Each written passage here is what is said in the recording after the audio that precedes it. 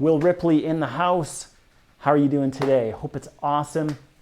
It's a Friday afternoon here. Getting ready for a great weekend. I've got some friends coming in from out of town. Let me know what you're up to this weekend. And of course, it's rock guitar solo of the week, my friends. And this will be a ton of fun because I love the 90s. I had to, and it's all about the 90s today. I want to cover some 90s rock guitar techniques. And if you can tell from that intro, you know, we're going all 90s today. So the jam track is kind of done in this Jane's Addiction style track, and we're going to be kind of lifting solo ideas from, definitely from Jane's Addiction. Dave Navarro is one of my favorite guitar players. So he played in Jane's Addiction and of course the Red Hot Chili Peppers as well. And also we're going to get very Pearl Jam-esque on this track as well. So definitely some Mike McCready style licks that are, you know, very Hendrix-based or very rock-based, you know, and that's the thing about the 90s. And let me know, first of all, what you love about the 90s. Let me know your favorite band from the 1990s. How about that? I've listed one of mine, which is Jane's Addiction, but I love a lot of bands. So I wore my Alice in Chains shirt, had to wear some grunge gear today, and of course the iconic 90s rock guitar, the Fender Mustang, which of course Kurt Cobain made famous. So anyways, let me know what you guys love about the 1990s. How about your favorite 1990s rock band? Let me know that in the comments. But also your a 1990s band that isn't super famous, but you love them anyways. And I just came across this band called School of Fish, and they've got this song called 3 Strange Days. And it just came up on my Spotify Discover Weekly one day. And anyways, they're a 1990s band. I was like, that song kills. And I've never even heard of it. So, you know, the 1990s was full of great music. And what I was alluding to a minute ago was that a lot of the guitar players in the 1990s were deeply influenced by the classic rock gods. You know, whether that be Tony Iommi from Black Sabbath or Jimmy Page or Jimi Hendrix, you know, the Beatles.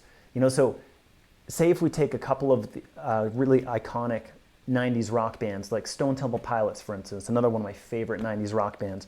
I kind of think about them as like a mixture between the Beatles and and Led Zeppelin. And when I think about Rage Against the Machine, I kind of think of like a combination of Black Sabbath and Led Zeppelin. Or when I think about the Red Hot Chili Peppers, they're like very Jimi Hendrix meets James Brown. You know, so a lot of these guys were very deeply influenced by the classic rock guys and the classic blues guys, the classic funk guys. You know, so that's probably one of my favorite things about the 1990s is we've got all this great music that's like super heavy, super dark, great guitar tones, great songs, you know, great songwriting. But yeah, it's all kind of based in all the classic rock and blues and funk and things like that. And so I just absolutely love the 1990s. So I look forward to digging into this solo and just cranking out some of these 90s rock techniques. And so we're going to go over everything from 90s rock techniques like octaves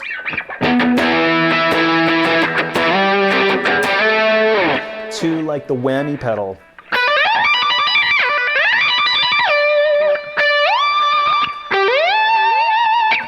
Okay, if you can name the guitar player that was really famous for using a whammy pedal, let me know.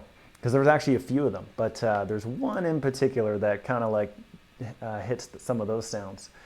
So, okay, so there's some comments coming in. Black Crows, somebody says. Stained, Godsmack, Rage Against the Machine. Yes, Rage Against the Machine. In case that person was answering my my whammy pedal question. Of course, that's very Tom Morello-esque from Rage Against the Machine. And yeah, so some of my favorite bands, Alice in Chains, wore my Alice in Chains shirt today. Soundgarden, another great 90s rock band. Jane's Addiction, Rage Against the Machine. And I don't really consider Stained or Godsmack to be 90s rock bands, but I kind of think about those bands to be more like 2000s era. But the thing is about the late 90s, early 2000s is, of course, those bands were deeply influenced by the 90s. And so, and in fact, one of the licks that I'm playing over here, I was really going for more of a Jane's Addiction vibe, but it kind of came out sounding more like Puddle of Mud. And of course, this is going to be the first part of the solo, which sounds something like this.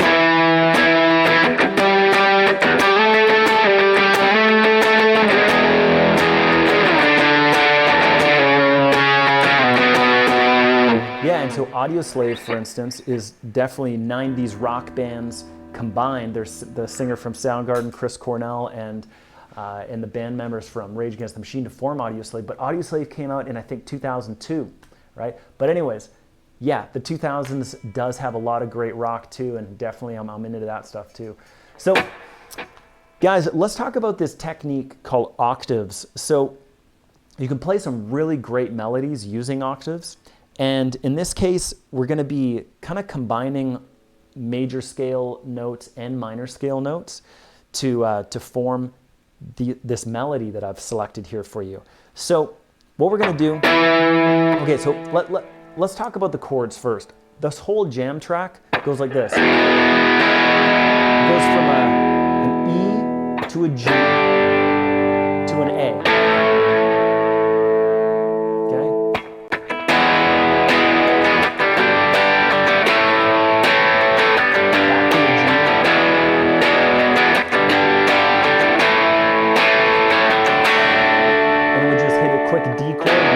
Cycle that back around. So let's just try the chords first. And by the way, you can play these like power chords. Okay.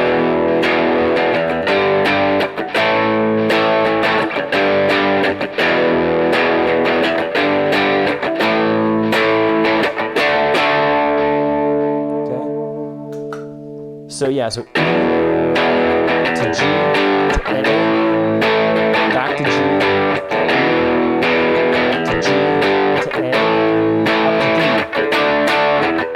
and that's pretty much the whole track. Now, what was really cool about the 90s is, yeah, those are the chords, but actually, if you listen closely to the guitar tracks that I laid down in the jam track, I've got one guitar going like this.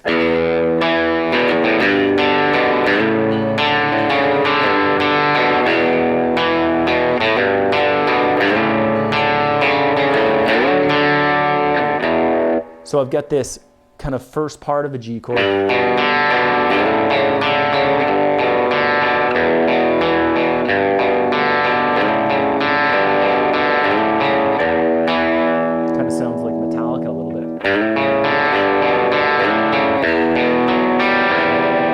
Anyways, so we've got some lines like that, and then the second guitar was doing something like this. Again, still following the exact same chords, but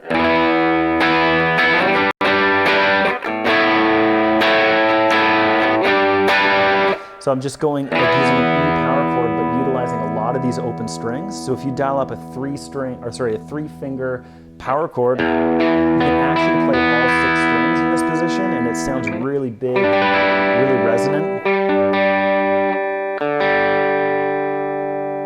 And then I was playing an A chord like this using a power chord, and I was hitting a B string, which ends up being a 9th. So it just kind of creates this really big, beautiful resonant chord.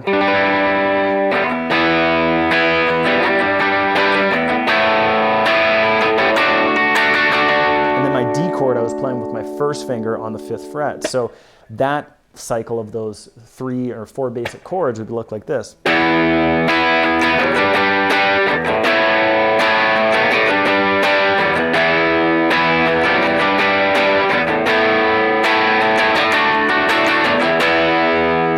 And so I layered those 2 parts together. And yeah, so it is E, G, A, but it's kind of creating a more unique way and just layering parts to kind of create a 90s rock alternative sound. So anyways, that's another thing I love about the 90s is just the creative chord voicings and stuff like that. And a lot of them are really easy, but they just sound a lot different than your average, straightforward chords, okay? So let's talk about this first part of the solo. we're going to be using octave shapes.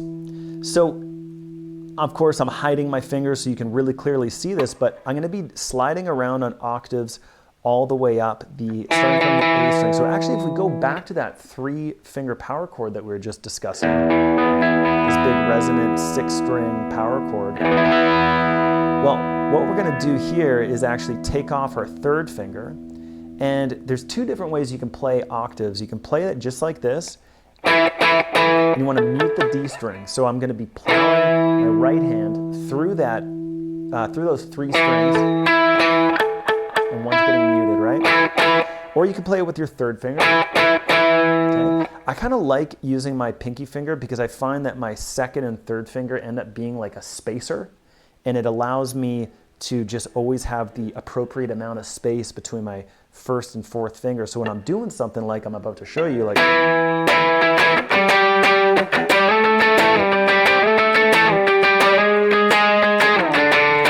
able to slide this whole shape around and kind of just use these fingers as kind of placeholders. So however you decide, whether that's with your pinky finger or your 3rd finger, this is a great 90s rock guitar technique that actually, I believe, originated from jazz. So if you think about, and if you listen to the guitar player Wes Montgomery, he was famous for doing this.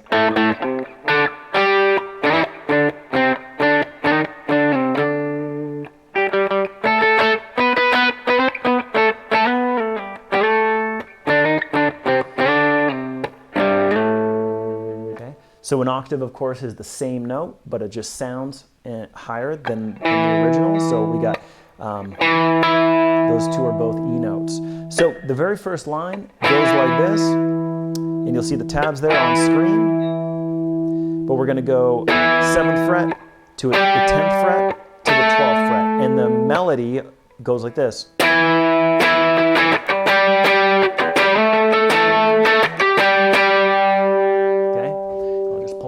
So I'm making sure I'm playing it right and all that. So you can see there's a little slide there from 10 to 12. And some chicka-chickas in between. So I'm muting my low string with my 1st finger, and I'm muting my high strings with my 1st finger. And my 3rd finger is muting the B string just kind of as a backup plan. But yeah, see if you can strike all 6 strings, but only allow your fretted notes to actually play. And that will give you a nice aggressive tone, but it will allow it to be clean and clear. Okay, so that first melody sounds like this.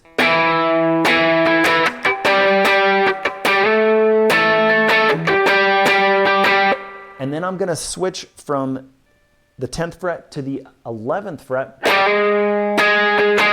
down to 5th fret, down to 4th fret. Okay, so that's pretty much it. Okay, we've got the first melody of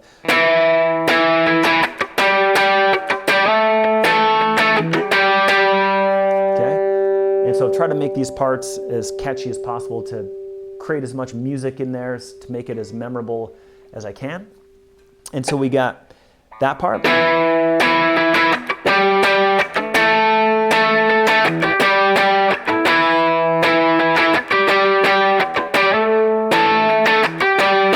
And then the second part is on 11th fret, 5th, and 4th for the most part. So 11th to 5th to the 4th, and then down to the 2nd fret, okay, to finish it off. So if you just alternate between those 2 parts, how about we play the first one once, and then the second one once, alternate between those a couple times. Are you ready? 1, 2, 3, go.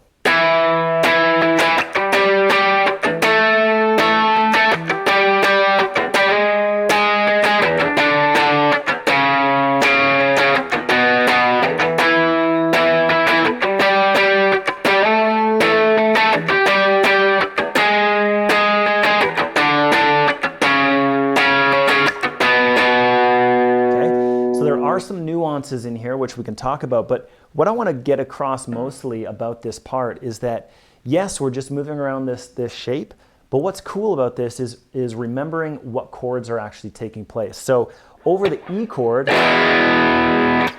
first time through I'm hitting this 7th fret. What note is that 7th fret of the A string? Well, it's an E note, right? So that completely makes sense that over an E chord, that octave note would sound good.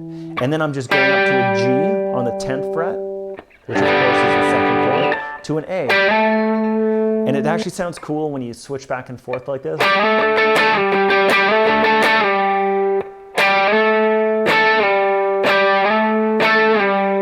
Okay? And then the next time through is these guys, the 11th fret to 5th to 4th, are actually harmonies. So in this case, the 11th fret is going to be the major third of E. And actually, if you just resonate or let the E string ring and then hit that 11th fret, you'll hear this wonderful thick harmony. Okay, and that's called a major third when you combine the low E note and this note, which is a G sharp. Okay, and of course we're going to add the octave. And this is where, by the way, like speaking about this technique and where you might see it, what just came to mind right now is the song Cherub Rock by Smashing Pumpkins. So let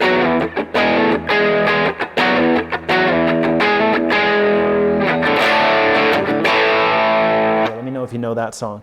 But yeah, but so there's that concept and that major third there. Okay, and then the next chord is a G chord, as we've talked about. Okay, and then over that chord, we're playing we're moving this octave shape down to the 5th fret, and that becomes a perfect 5th. Okay, that's that harmony. So when this note G and a D note are played together, that's called a 5th. Okay, and then the next chord goes to an A, and if you remember that sequence, we're like 11th to 5th to the 4th. Okay, and so what that means is that the chord is on an A chord, and we're playing a C sharp note, which is a major third of A. Again, that it'll provide a very similar sound to that, like a nice thick harmony. So if I combine those notes, I'm going to root that A note with my 2nd finger to emulate this. Which is a very nice thick sound. Okay, so I did do just some nuances in there, you know, like sliding these things around. And actually, there's a section of this octave riff where we're going to go up to 14th fret before we drop down into the 2nd part.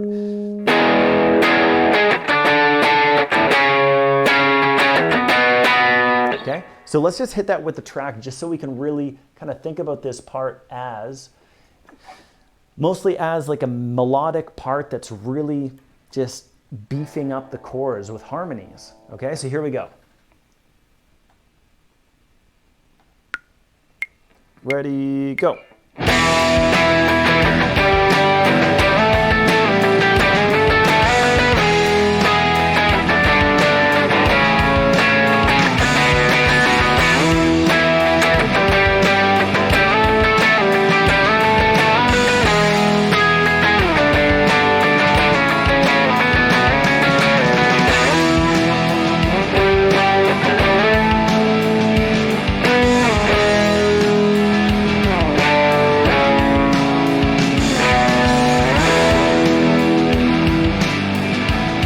So hopefully you can hear that, getting that under your fingers. Let me know if you guys have any questions about that.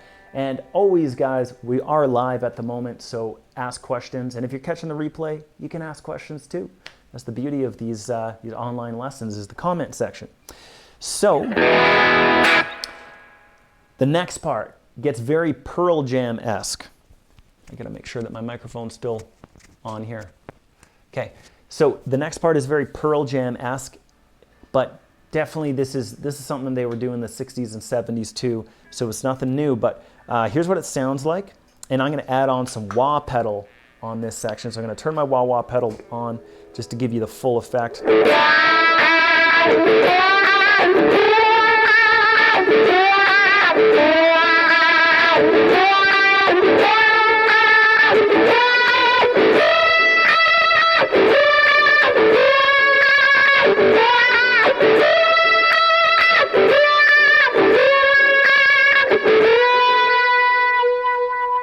So does anybody know what technique that's called? It has a name.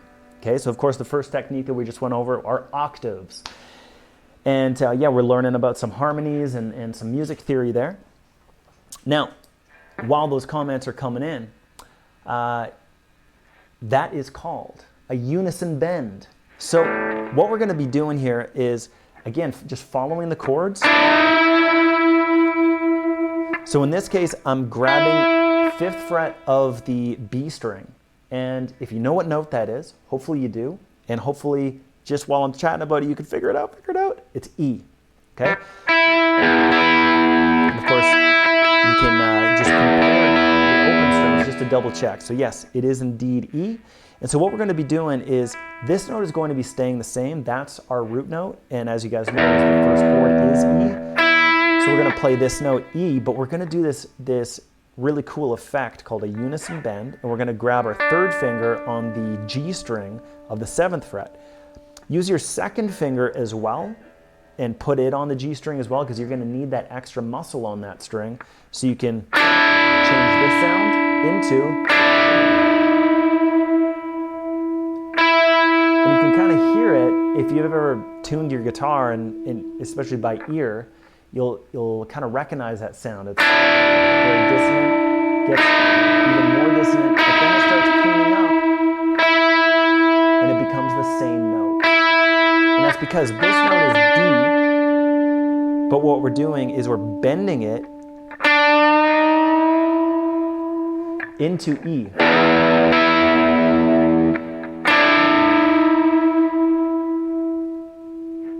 Okay, so and our reference note is going to be that 5th fret. So just try that for yourself. See if, and here's really the trick, is that yes, you can go and figure it out. And kind of the beauty of it is that it will always be just a little bit out of tune. And that's what gives it its really thick sound. Now the trick here is to be able to basically bend to it really quickly and be able to go. Right? So I'm out of tune. So yeah. So I felt a little bit flat there. So yeah, that's a little better. So see if you can actually just test yourself, get an idea for what it feels like to just bend it. Oh, missed it. Yeah, that's a little better. Okay. So we're going to be using that that E note, and then up on 8th fret is a G, and then 2 more frets higher up to the 10th fret is an A. So again, right, we're going. Okay, so we've got, we're going to do the exact same thing there. We're bending this note, your 3rd finger fretted note, into a G note, and then same thing up here. And we're just going to kind of follow that.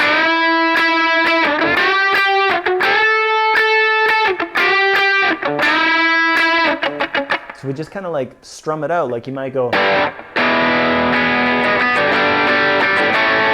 But now we're going to go.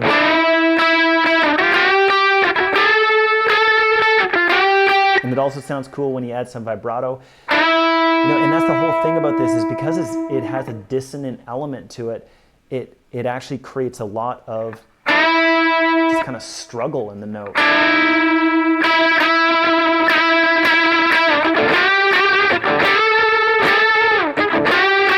And like I was saying, this is kind of very Mike McCready. You hear this in, I believe it's the outro solo to Even Flow.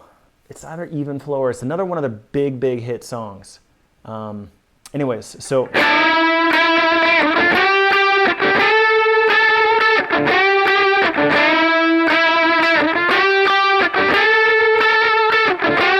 So mess around with that for a sec. Now what we're going to do is something very similar to what we did with this. With those melodies. Now we're going to start up on E. Now that's how you do unison bend, starting from the B string, okay? Okay, but when you start from, if we were to go up to the high E string, if we were to do, That unison bend starting here, of course it's an octave higher, and how we gear that up is actually 1 fret higher.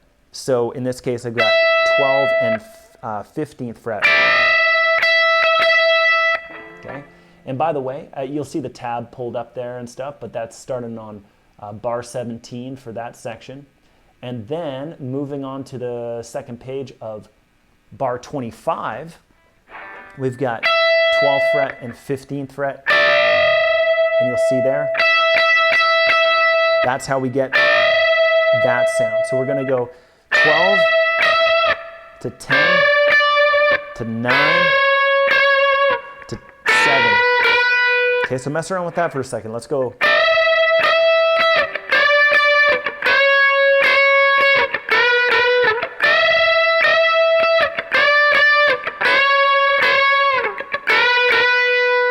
So actually the way that I've tabbed it out for you and composed the solo for you is that we're just going to do this once. But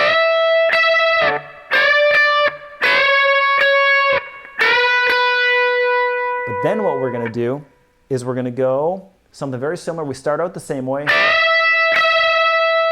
And we're going to do something that's very kind of like helter-skelter-esque.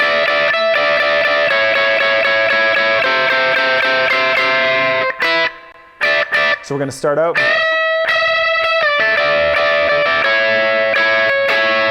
We're going to go down to there, and we're going to switch into another part of the guitar right here. So this is going to be our connector note into the next section of the solo. So we're going to go 8th fret and 7th fret. And I love this little zone because it just sounds like that. Okay, so that's going to be our connectors. So the second part is, sorry.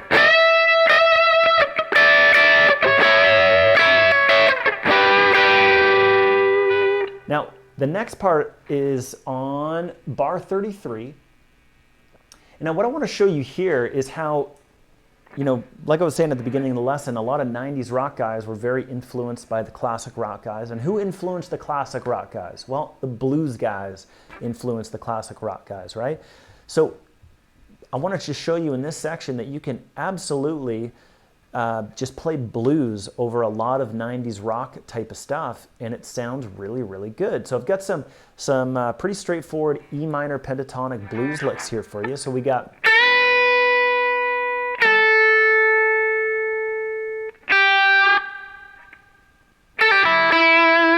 So...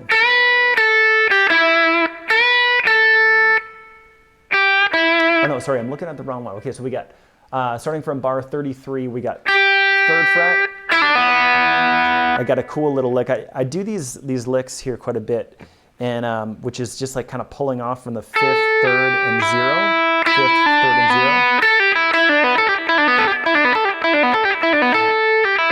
So yeah, it just sounds really flashy when you get it up to speed like that.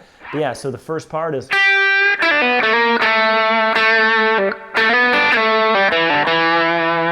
So there's the lick, so...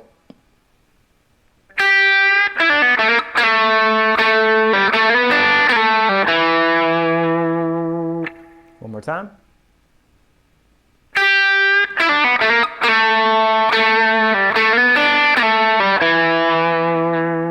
So as you can hear, like if I were going... You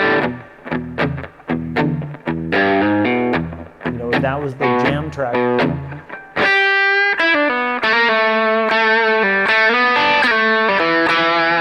Right? It's just like straight up blues. But of course, over this context, and I'll play this part for you in a second, you can just rip blues licks over a lot of 90s rock style stuff, or like even hard rock tracks, and it sounds really, really good. So again, one more time on that lick. Okay.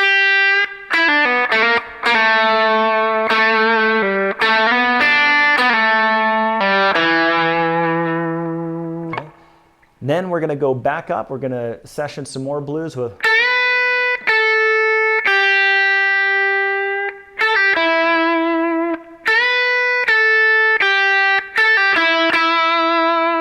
Okay, so that's a full bend on the 7th. Now here is one of my favorite licks, favorite areas. So this guy right here. So this is kind of what I think about is the little connector between your first position minor pentatonic and your second position minor pentatonic. So if you were to kind of connect those two, you might do something like this.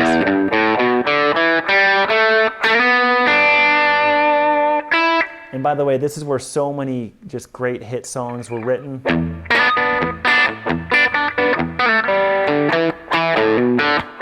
Right?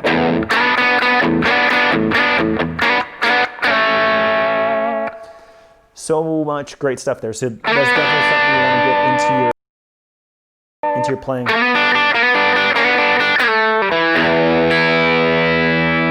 You know, Jimi Hendrix, ZZ Top, all those guys, all the old blues guys, of course. Okay, so now we're going to kind of build up the intensity here with this lick.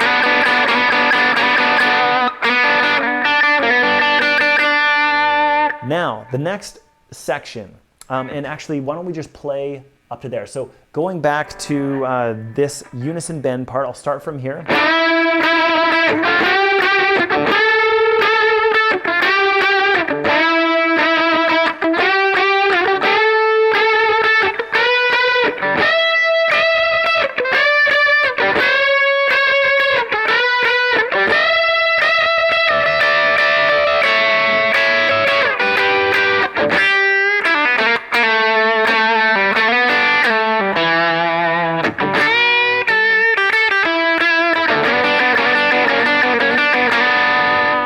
So that's all tabbed out for you, but I'll go ahead and just jam that along with the track here.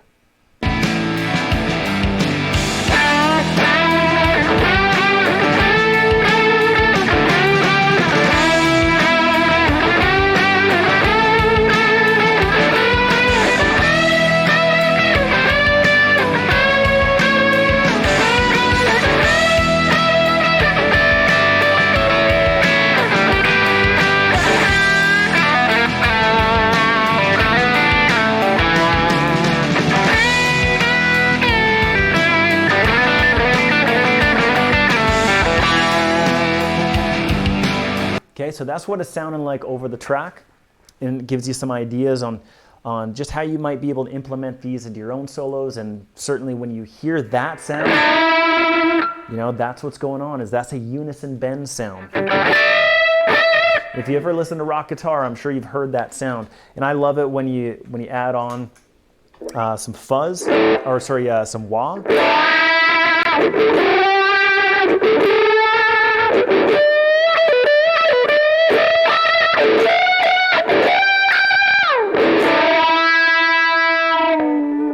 Right? Just, you can, again, if you've ever heard rock guitar, I'm sure you've heard that sound. So anyways, so that's getting us to the next technique that I want to show you. So of course we had unison bends, then we're going into straight up blues. Just using E minor pentatonic. And now I want to show you kind of the, getting back to that melody at the beginning that we were playing.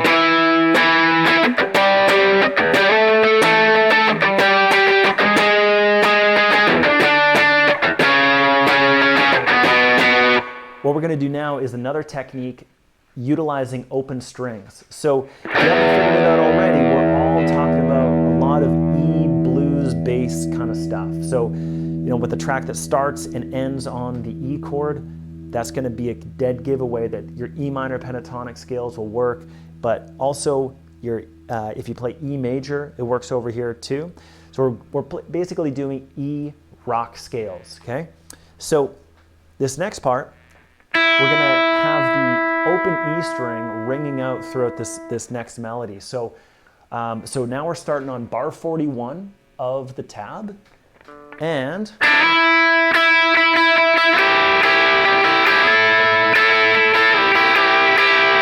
is a really powerful thing to insert into your solos. And I look forward to hearing from you when you finally get the chance to play this technique with a band, because you know, there's one thing, to, of course, to be playing single notes, but as soon as you insert two strings and using this technique, there's something about this sound that just really stands out and sounds very powerful. And so we're going to get back to that melody.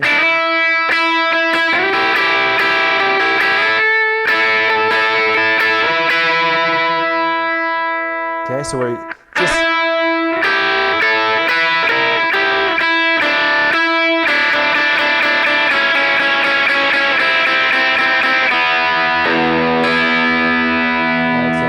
You're already hearing some rock and roll in there, right?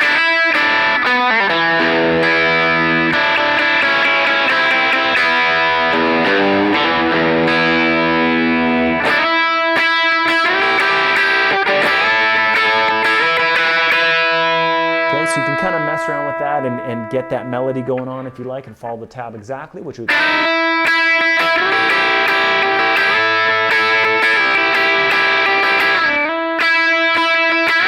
Okay, and then we're going to also hit that other melody by hitting this note on that, starting on the 9th fret. So go down to that helter-skelter sound. Sorry, 9th fret. So that's that major third again, just like... Okay.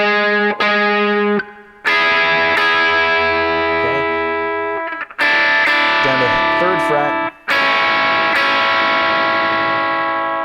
And then we're going to hit that.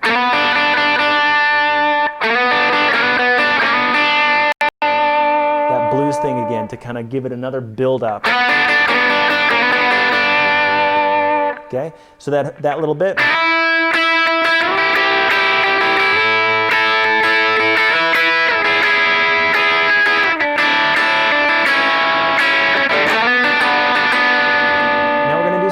Similar. This is kind of getting into a Chili Peppers vibe on what is that song? Mellow Ship Slinky in B major, I believe is the song name. So we're going to do something really similar, but now we're going to utilize both our B string and our E string, because if you just go like this for a second, hit your low E string and your B string and your E string, we've got just a very musical sound. And so if we glide our finger up the third string, the G string,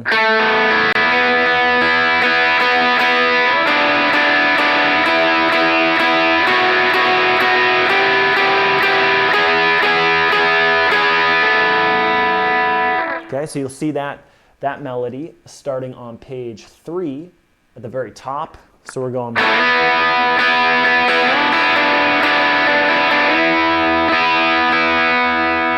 to 9th fret, up to 12th fret, and then we're going to go into 13, which is our, there's that major third, so we actually went to the minor third. You can hear that sounds very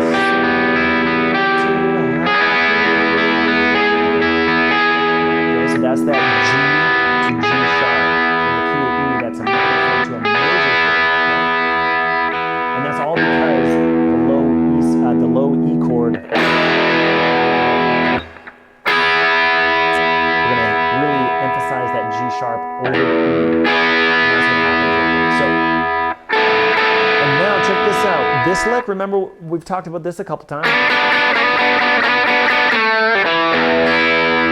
Well, check it out.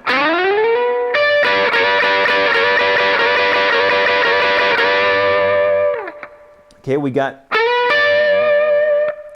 16 and 15 on the G string and B.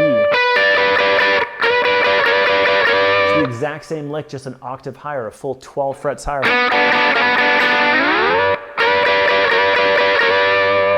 Gives you that awesome rock sound. So that's another section that we're going to build this up. So those are all those open string techniques. And again, there's just a really cool kind of like atmospheric way to add in melodies into your solos that just sound very loud.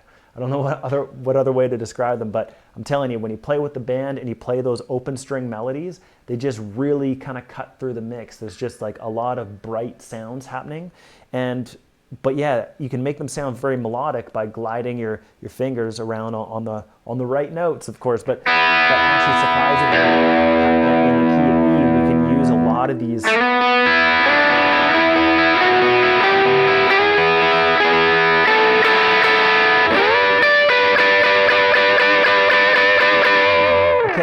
show you the smoking hot lick.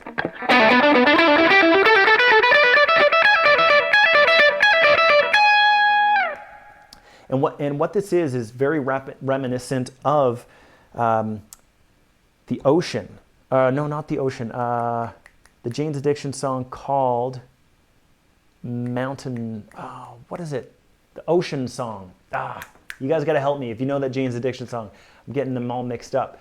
But because I'm thinking about Led Zeppelin as well, because this is the lick that you'll find in Good Times, Bad Times. And this is exactly the same lick that Dave Navarro played in the Jane's Addiction song called Ocean, The Ocean. It's not the Mountain song. Anyways, so it sounds like that, and it actually works really well both up and down. So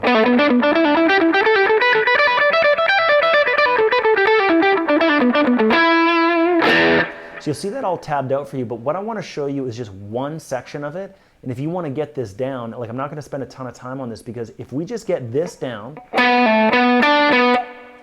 that's all you need to know, okay? Because all it does is just following an E minor pentatonic scale. And I'm choosing to start here on the 14th fret of the A string. And all I'm doing is I'm doing a 14 to a pull off, back to 14, up to 12 on the D string, and back to the 14th, okay? Now that is the sequence. So let's just practice that, I don't know, 3 to 5 times. So, oh yeah, and then actually let's go back to that 12th fret. So that's the sequence. So there's a pull off at the beginning, and those two guys are picked.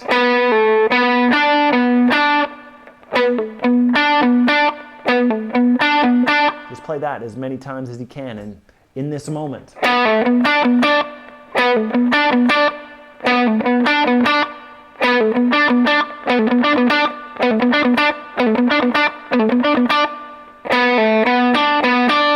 Okay, so that's what we're going for.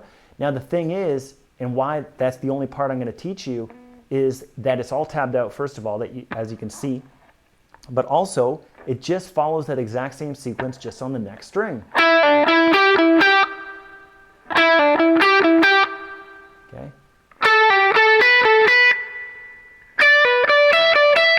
So, and that sequence will do the exact same thing on the way down as well. That's not how I have it tabbed out, but once you figure out that pattern,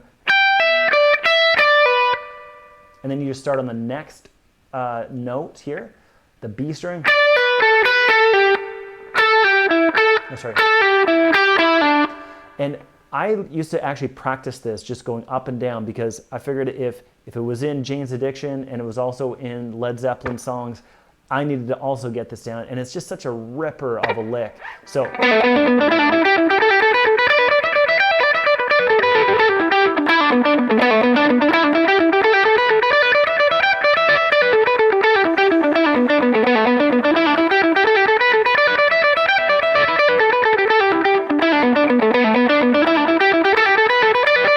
I would literally sit there like that with a metronome, just playing that up and down and treating it like a scale.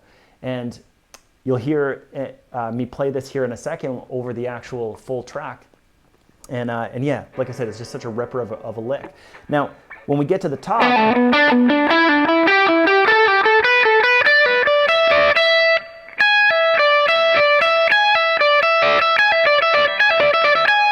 we're going to reach up, so we're flicking from the 12 to the 16th fret, okay?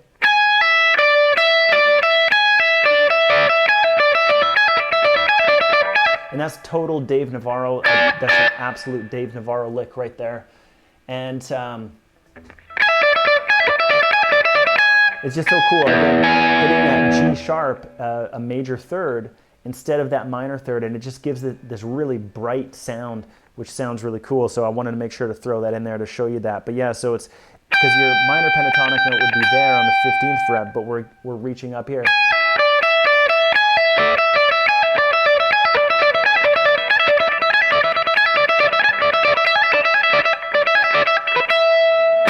Okay, just again, a ripper of a lick. It's good. So Now the next part is what I want to show you is the final tremolo picking bit. So this sounds like this.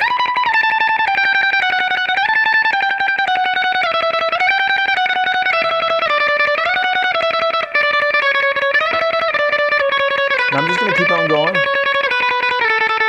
because I'm sure you're seeing a pattern here.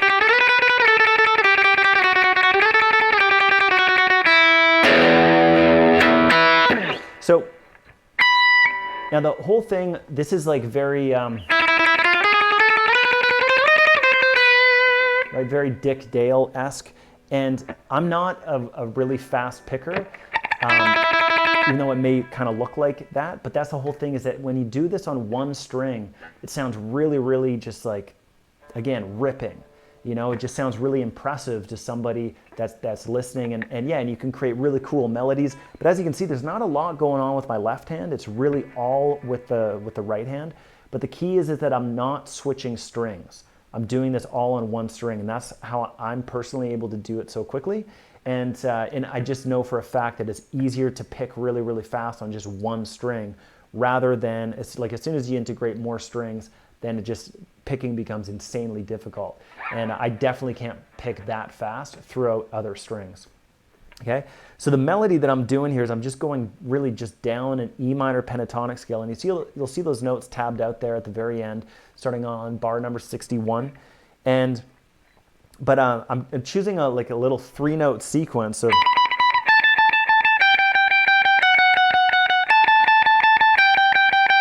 or I guess it's really 4-note. But I'm always going back up 3 notes. So if we just grab the first little bit, so I've got 19, 17, 15, 14. Who's seen the movie 1917, by the way? I just watched it. So 1917, 15, 14. So, but then I'm going to go up to the 17th, 15th, 14, and then 12. Okay, and that's what's getting me to start up high and then work my way down and to really maximize the notes. And that's, speaking about maximizing scale notes, that's exactly what this is doing. Right, we're really maximizing our E minor pentatonic scale. Because of course you could play it like this, or you could play it like this. Okay, so we're really just getting every last drop out of those notes that we can. So again, these 4-note sequences and then going up 3. So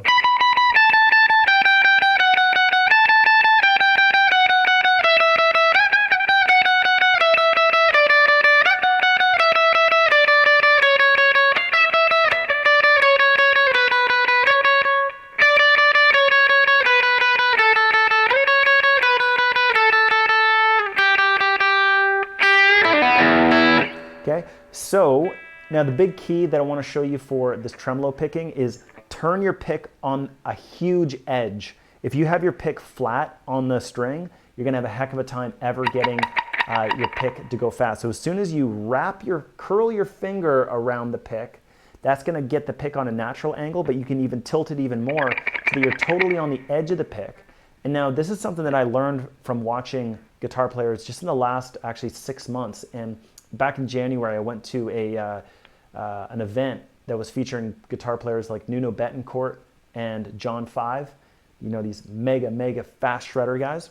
And what I noticed is that when they're tremolo picking and doing this, what I want you to pay attention to is these 2 fingers, my 2nd finger and my 3rd finger, that are gliding along the pick guard, right? So it's creating a little bit of a track for my fingers with extra stability. And I'm also, don't forget about having the heel of your hand resting on the bridge of your guitar. So between the heel of your hand resting on the bridge, your hand twisted, or not twisted, but your pick like on a very hard angle, and your 2nd and 3rd fingers on the pick,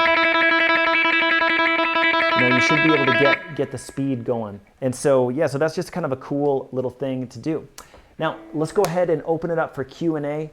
I'm going to go ahead and play along with the solo just one last time, just to give you guys a little idea of what this particular tab and this particular solo looks like. And I encourage you to get this solo down note for note. And if you want to get the tabs and the jam tracks to really work on this, well, make sure you become a Jam Play member. And you can find the link to start a 7-day free trial in the description below. But I'm going to go ahead and click on this. And if you guys have any questions about Jam Play, about the lesson, about guitar, anything that you want to go over in this lesson, hit me up. Get those typing fingers going. Here we go.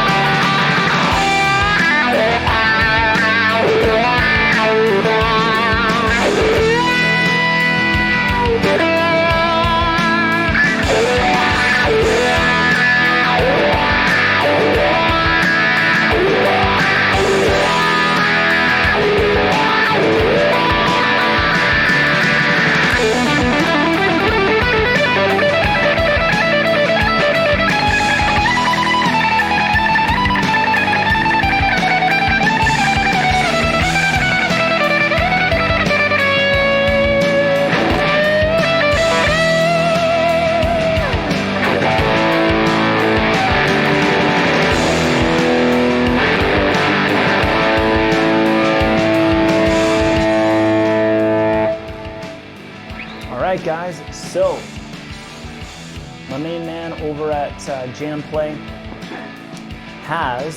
says that we have several questions.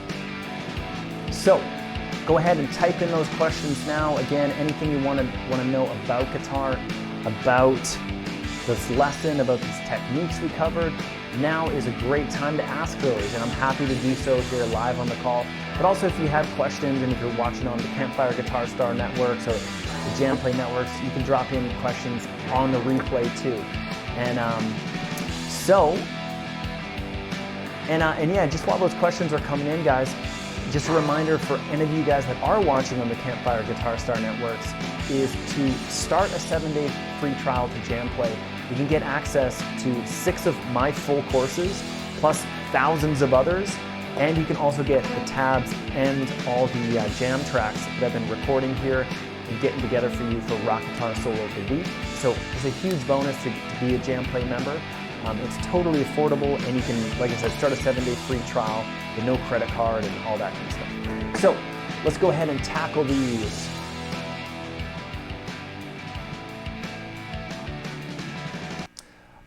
Okay, so first question. What scale does this equate to? So I am playing a mixture of E minor pentatonic and E major pentatonic.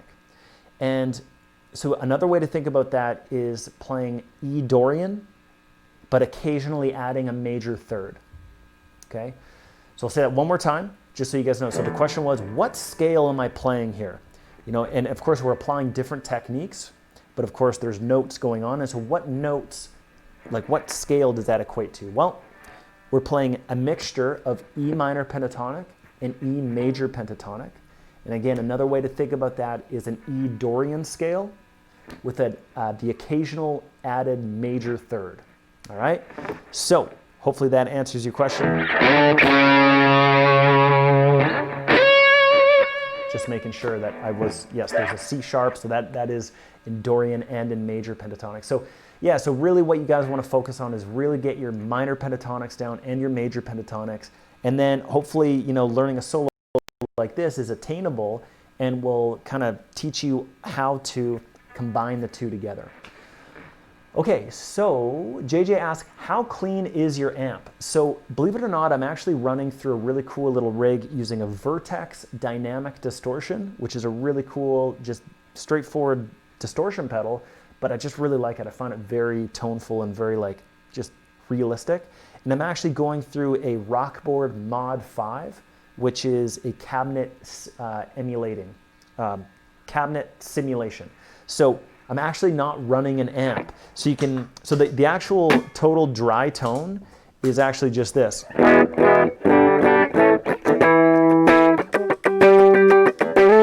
Which isn't too special because you're just hearing electric guitar that's not being processed at all, except by a cabinet, I guess. But then I turn on the distortion.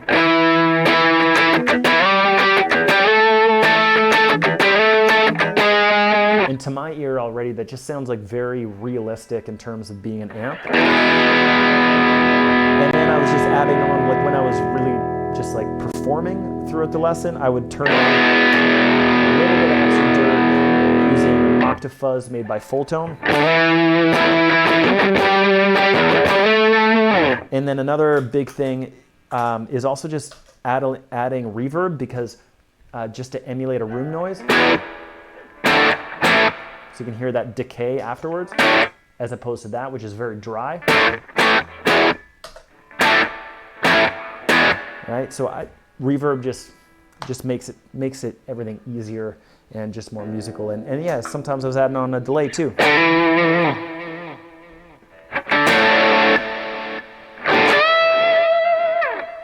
And also I use some wah.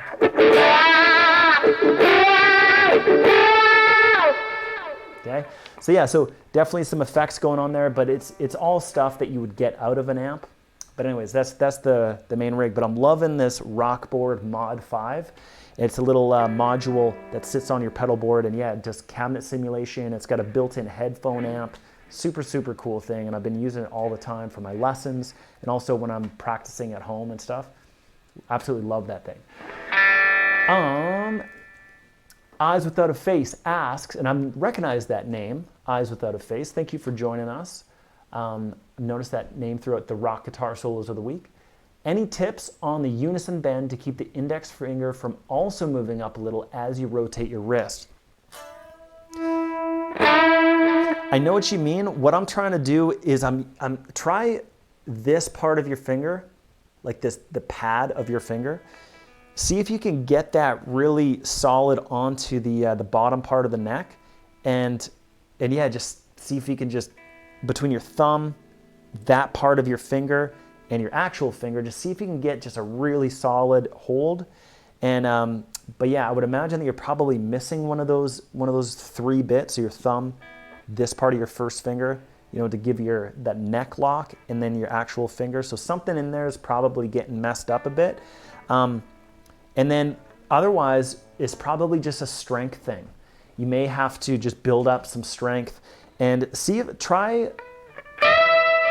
these Unison Bends up on the 12th and 15th fret are a little easier, because definitely like you're gonna need some built-in muscle in order to perform that and nail those. So anyways, hopefully that helps.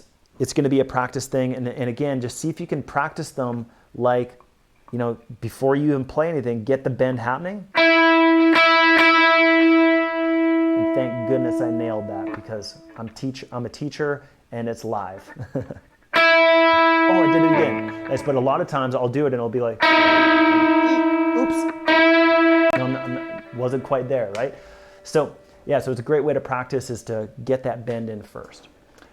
Okay, Andy667 asks, any tips on adding the vibrato after you bend up? Yeah. I'm having trouble, feels unnatural, and must be different than normal vibrato. So,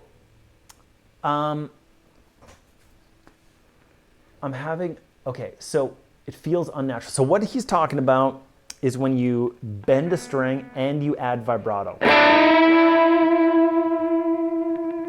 Now, speaking about muscle and just control, that's definitely one of those things that, you know, not only are bends hard, but then when you add vibrato on top of the bend, it's also really difficult. So I just want to confirm with you that yes, bending with vibrato is very challenging. And I certainly remember a time in my guitar playing when that was a challenge for me, especially then, you know, like I was saying earlier, you got to get the bends in tune as well, right?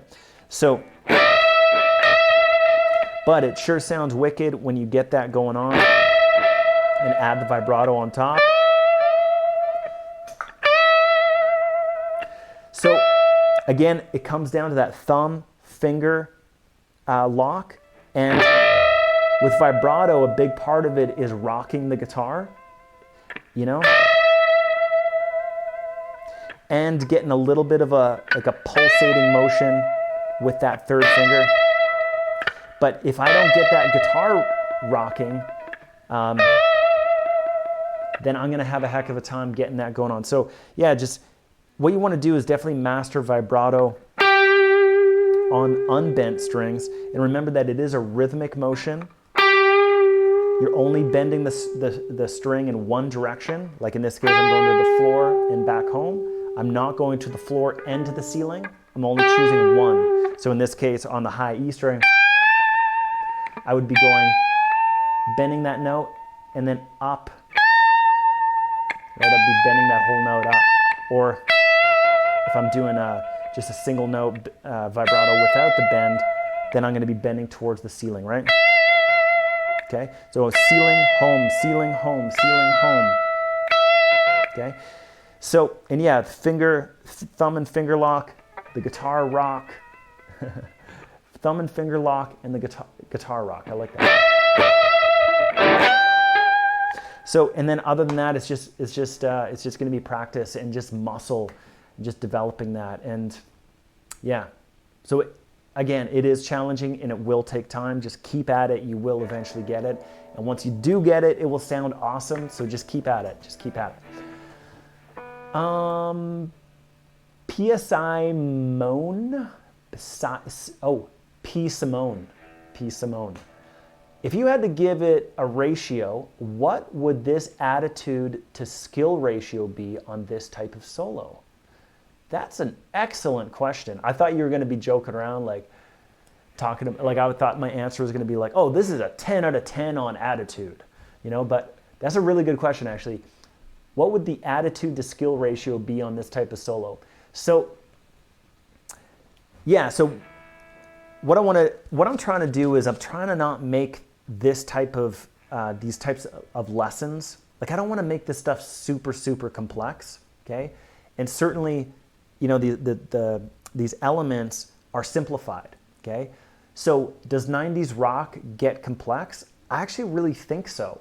I think that a lot of 90s rock guitar players are very, very good, and they're very talented, and they're hard to emulate, and, you know, and all that kind of stuff. So, but, you know, whereas a lot of people consider the 1990s and, you know, was the death of the guitar solo and, you know, and things like that. But, and yeah, I guess like with the guitar players like Kurt Cobain, he wasn't like a lead guitar shredder, but he played a lot of guitar solos and a lot of really good guitar solos. You know, of course they weren't very complex, and I don't think that he really knew what he was doing with scales and stuff like that, but he had a great sense of melody and a good ear for tone and things like that. So there's a lot of attitude going on here for sure, right? We've got this these attitude elements. I think this is a great element of that attitude aspect of the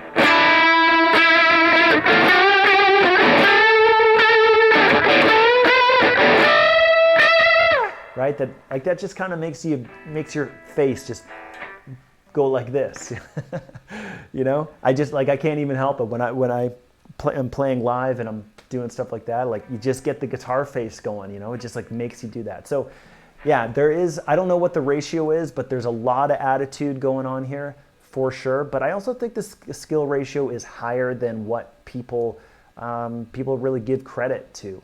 You know, like of course we always think about Jimi Hendrix and Jimmy Page and these guys being rock gods, but in my books, so is Tom Morello or John Frusciante or Dave Navarro. Like these guys are like super, super good rock guitar players that have a ton of skill. So I don't know if I answered your question, but I hope you know what I'm saying. So again, Eyes Without a Face. My dude, how are you doing the wah increasing with the Unison Bend? Yeah, so I wish I had a secondary camera to show you here. But when I engage, so yeah, so that's exactly what's going on is as I'm going, as I'm bending, I'm also sweeping that. So that's actually a very, speaking about unison, you know, at the same time, I'm simultaneously sweeping that wah pedal in the toe forward position as I do that. So I'm starting here, but then I'm finishing here. So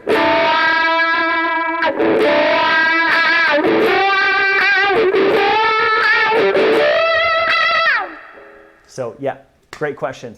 Guys, thanks so much for tuning in. And again, if you guys are tuning in on the Campfire Guitar Star Networks, make sure to check out all 6 of my full-fledged courses over on JamPlay, which I'm very proud about. And over the years, it's been amazing getting all the feedback from students all over the world that really, really love them.